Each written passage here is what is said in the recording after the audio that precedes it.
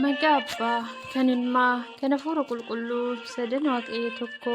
Amiin. Isin kabajamtootaaf jaalatamtoota maatii Waaqayyoo, maatii haadha teenyaa qulqulleettii Dubroo Maariyaam kan taataan hundumti keessan araarrii fi nageenya Waaqayyoo isiniif haa baay'atu. Akkam bultaan, akkam ooltaan, akkam turtaan, akkam sa'aatii kana eedaan. Amiin. Akka badii balleessaa keenya osoo nurra lakkaa'in gooftaan keenya qoricha keenya uumaan keenya tiksee kan sa'aatii kanaan nu ga'e.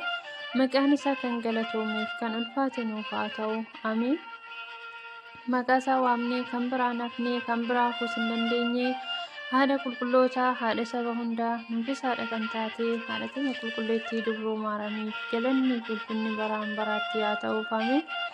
Ergamootaaf, lukabootaaf, abbootaaf, toltootaaf akkuma kennaa Waaqayyo isaaniif kennetti ulfinni fi galanni isaaniif haa ta'u. Amiin. Baga ayyaanota guyyaa har'aa ja'an waggaa yaadatamanii oolan keessaa akkasumas baga ayyaana waggaa yaadatamee oolu haadha keenya qulqulleettii Dubroo Maariyaam keessaan amiin. Baga oolumaan keenya araarsummaan haadha teenyaa hunduma keenya irra haa bulu. Amiin.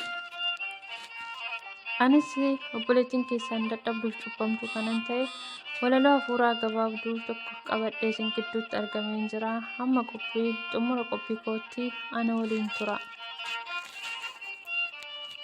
Mata dureen walaloo koos Maariyaam haadha koo jedha. Maariyaam haadha koo simboof suuraa addaa siif kenneera Waaqni. Ani sin jajadha yaa haadha garraamii. Ani sin jajadha yaa haadha garraamii.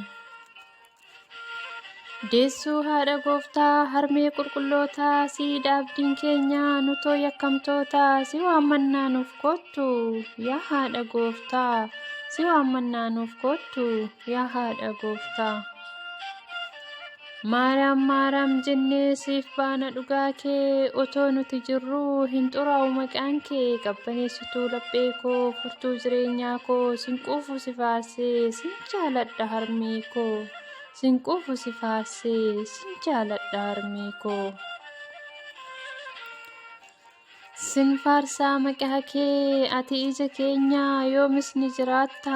Maariyaam keessa keenya kennaa waadaa jalaa durboo haadha nageenya nuuf kadhatti ilma ishee waa'ee cubbuu keenyaaf. Nuuf kadhatti ilma ishee waa'ee cubbuu keenyaaf.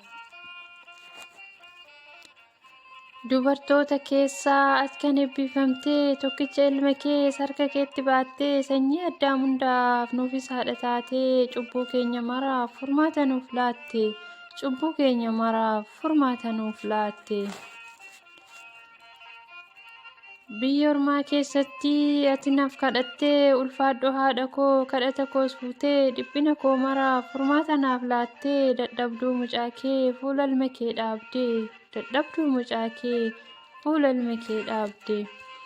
Amiin. Jalqabsiisee kan na xumursiisee galannii fi ulfinni Sillaasee keenya uumaaf haa ta'u. Amiin.